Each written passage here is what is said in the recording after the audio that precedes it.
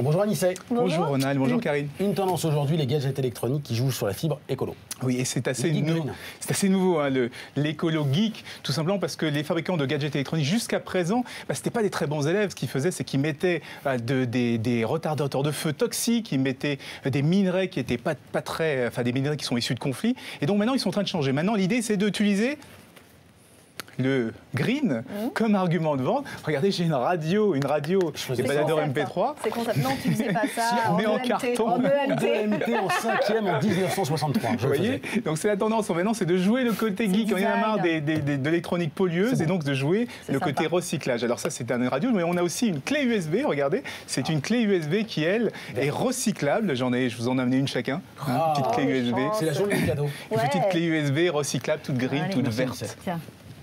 C'est la tendance du moment. Ça veut dire quoi, biodégradable, électronique biodégradable? Ça veut dire quoi? Oui, parce que ça là, va pas s'autodétruire non plus. Hein. Vous avez une clé USB, la clé USB a du métal, il y a de l'électronique à l'intérieur, on se dit, mais qu'est-ce qui est biodégradable? Et en fait, ce qui est biodégradable, c'est souvent l'emballage et souvent le plastique qui est autour, c'est pas l'électronique. Mais regardez ce qui se passe quand ce qu'on appelle biodégradable, c'est que par exemple, ce sont le plastique qui entoure les écouteurs du dernier iPhone. Quand on le met dans l'eau, eh bien, au bout de quelques minutes, alors c'est pas du plastique finalement, c'est quelque chose qui est fait à base de maïs, et donc ça commence à se décomposer, ça commence à devenir tout mou, et au bout de quelques minutes, ça se fond complètement dans le papier. Donc c'est l'emballage et les plastiques qui sont à l'intérieur qui, eux, se dégradent, mais ce n'est pas l'électronique, malheureusement, et ni le métal.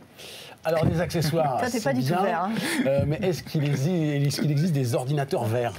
Alors, les ordinateurs verts, c'est aussi d'un point de vue marketing. Le problème, c'est qu'ils jouent la carte du marketing. Parce que l'électronique, on le rappelle, hein, les mémoires, les circuits imprimés ne sont pas biodégradables. Ce qui est biodégradable, c'est souvent l'emballage. Et donc, regardez, il y a des ordinateurs aujourd'hui qui sont faits en plastique recyclé, qui ne mettent pas de mercure, par exemple, dans les écrans. Donc, il y a moins de matériaux toxiques. Qui utilisent aussi énormément, notamment dans les housses, qui utilisent des matières naturelles, qui sont tissés en France ou dans des pays de l'Union européenne pour limiter les émissions de CO2. Donc on travaille beaucoup là-dessus, mais c'est souvent beaucoup de marketing parce qu'à l'intérieur, on nous rappelle, les mémoires, eh ben, c'est pas aussi...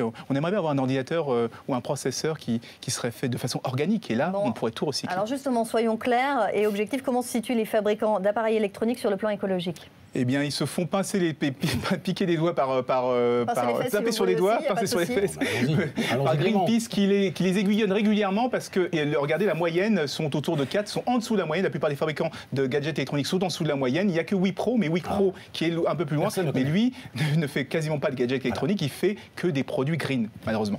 Merci. Et on confirme dans l'oreillette, Anissé est vert, écolo jusqu'au bout. Merci beaucoup, Anissé. Merci.